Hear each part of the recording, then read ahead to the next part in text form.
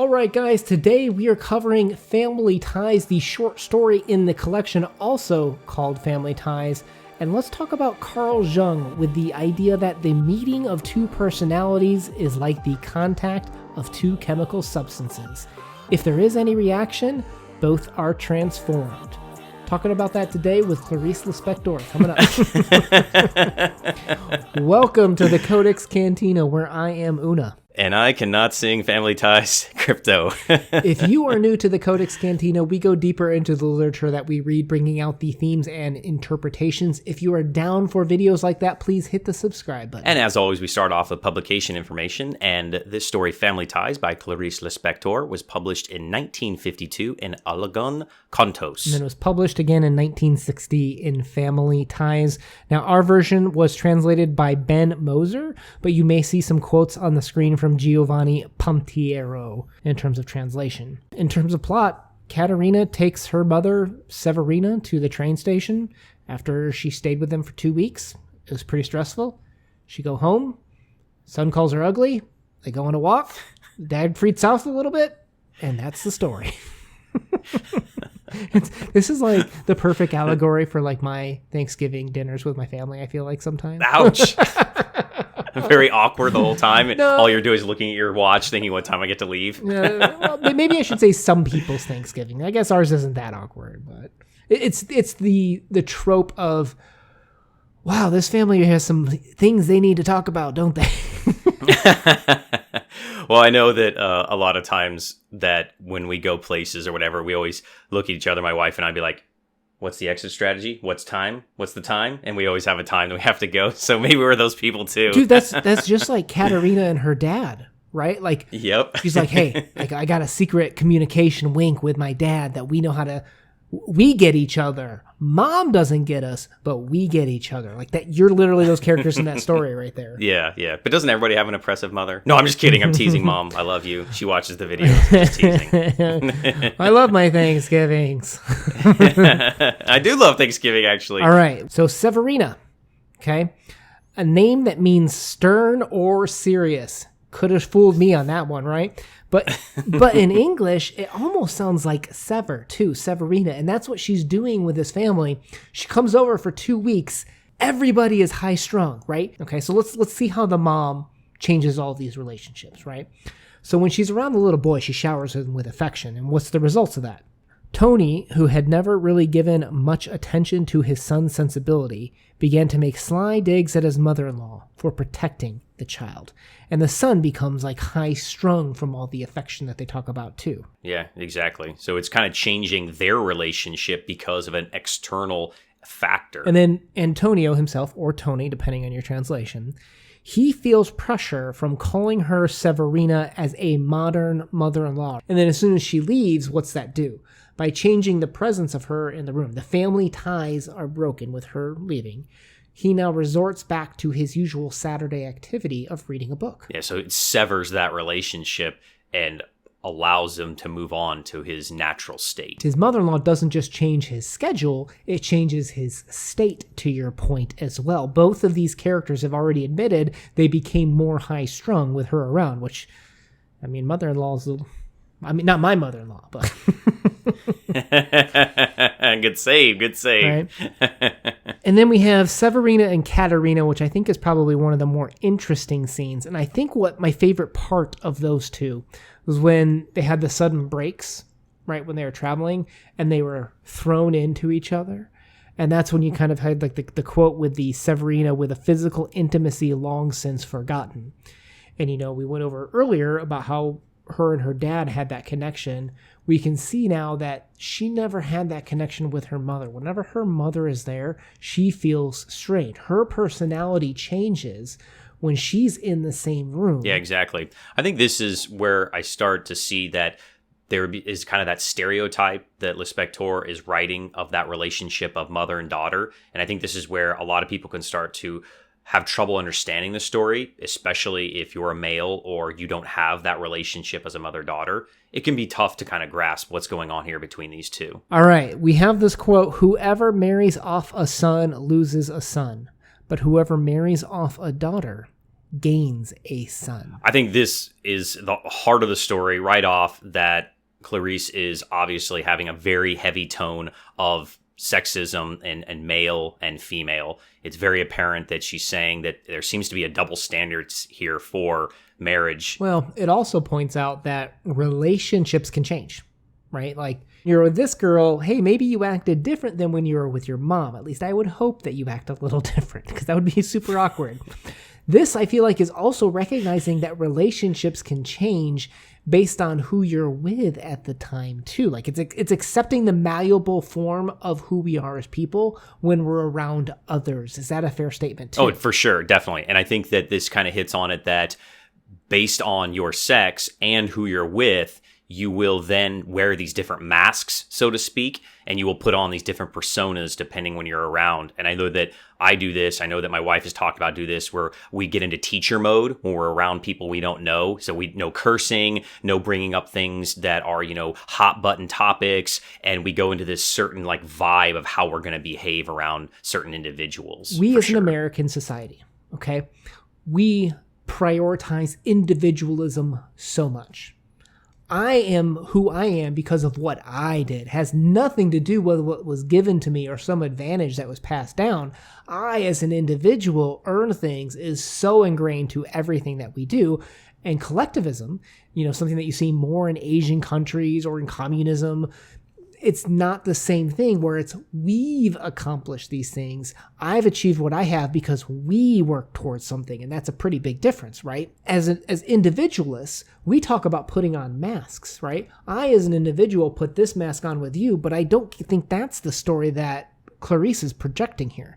I feel like these people are literally changing who they are, how they feel based on who they're with, which is much different than I feel like what a predominant American reader would experience or think about what their experiences are when they're interacting with different people, right? Here comes my boss, I got to put my worker face on, right? Well, yep, that's true. But don't you also feel a little nervous when your boss comes around? There's more to him being in the room and impacting you than you want to admit, most likely. Yeah, definitely. And I think this brings it back around to what you said with kind of names at the beginning, is that a lot of times when we're trying to incorporate people into our families, especially like a mother-in-law or father-in-law, back in the day, you called them mom and dad, and they became like a second mom and dad to you. And here we see it where they keep with the names, and that's like they're trying to keep this distance between their relationship. And I think that adds to the strain of the relationship. It makes there's kind of unease between them because they're still on this impersonal relationship between the two. Well, the mom kept calling, in my translation, she kept calling the son thin and highly strung, which sounds an awful lot like the relationships that Severina has with everyone. Yeah. So that probably says more about her than it does actually the relationship itself. So let's go back to this mask, okay? So let's pretend I'm wearing a mask, right? And let's pretend it's like a real encompassing one, so I have a very restricted view, okay? You could say that that's my vantage. Okay, I am restricted in what I am able to see, and this is my experience.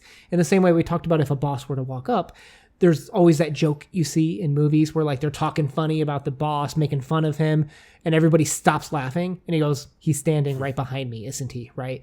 It's once your vantage, your view, awareness of what's around you, do you change the perception and relationship of who you are out there, right?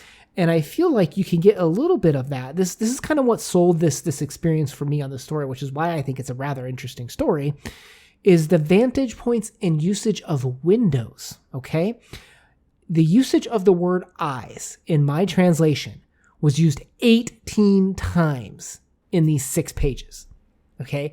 Clearly. That's a lot. Clearly, Clarice wants you to be, okay, what do eyes represent to our family ties? What do they represent to our relationships? And I think this is her positioning this story from a vantage standpoint. Like many of her stories, she typically writes from like a middle upper class woman. And we get, Katerina for 2/3 of the story, but then our vantage shifts to Antonio. Yeah, exactly. And that kind of changes because we don't know what's going on. Well, and each of them talk about how through eyes, they're experiencing things, right? So Katerina didn't want to meet eyes with her mom, didn't want to connect with her mom. Her eyes blinked in surprise, meaning her vantage, what she saw, she was literally surprised of what's happening. Antonio wouldn't raise his eyes from his book. They talked about how he liked having his family home, but it was him time. He just didn't want to look at them, right? All of how these eyes are being used is expressing the relationships in the story. Katerina and her father secretly winked at each other to communicate secretly with, while their mom was still there. And when Katerina leaves the house with the boy at the end after he calls her ugly, again, a visual look, what does she do? She looked straight forward when she was walking out. She didn't want to see Tony and Antonio. She was focused on, this is what I'm going to do right now. And you'll notice when the mom's pulling away, how do they view each other? Through the train window. Yeah. Again, something that restricts your vantage and your viewpoint, right? We have the quote, they exchanged frightened glances. Suitcases carried on a porter's head interrupted their view, and a youth running past caught Katerina by the arm as he went. So again, these are things that are distracting their glance, their connection with each other. And as soon as she's gone, as soon as she's left, suddenly Katerina feels relief, right? She feels young. She feels lively because she is no longer connected. Her vantage is no longer connected with her mother. And the same thing happens with Antonio when Katerina leaves the house. He looks out the window at her. And that's when he starts to become stressed when he sees them leaving. And that's when he kind of sits down and is waiting. And he's like, what are we going to do when we get back? Oh, again, if you think about the relationship not connecting, what's he plan to do to reconnect with them once they return? Do you remember? I don't remember. Go to the cinema where everybody's looking at the same thing in the same way that he wants them around, but he doesn't want to connect with them directly. His ties with his family is thin and highly strung too, in the same way that the son's being described. So for me, this is all about how your reality is based on your perception of what you think's around. And it's more than just wearing a mask. I think you literally feel and change who you are as a person, not as a mask onto who you are. You become a different person in order to relate with other people. Yeah, I totally agree. I just add two things there real quick. I think that with the eyes and how we relate to people is that it gives a lot of power to people. When you're a little kid and you get in trouble, what does your mom or dad maybe do you? You look at me. You look at me at the eye. Mm-hmm. Or when you have to apologize, what do you do when you have to say sorry? Your parents will tell you, you look them in the eye when you say you're sorry, so they know that you mean it, because it's giving that power over and creating that relationship, because there is a lot of emotion in the eyes of people. And the other thing I think that with this here is that your perception of who you're around can always change. Mm-hmm. I think a lot of times with when you're around certain people, and we call this yuck with your boss at work, is that it's not necessarily maybe how you will change, but what it brings out inside you. And I think that's one thing Lispector is trying to point out here as well, is that these relationships are going to show you the true you as you build those relationships with different people. Yeah, I definitely think this is a story, it's going to connect with some people that see that. I think it happens to everyone, and maybe you put a different opinion or word behind it. But I think this is a story that can help you dig to the deeper roots of what does it mean and why do you act differently between different people. I would say maybe in future stories we'll talk more. Maybe this isn't the best one to talk about feminism and that role, because she seems to have this element in all of her stories, right? Where the women in particularly 1960s, 1950s Brazil are more in a subservient role than a role of servitude of doing things for males. I think you see elements of that too, but she kind of almost flips it a little bit here with Antonio becoming a little bit more insecure when the mom takes over with the parenting and kind of takes the son out.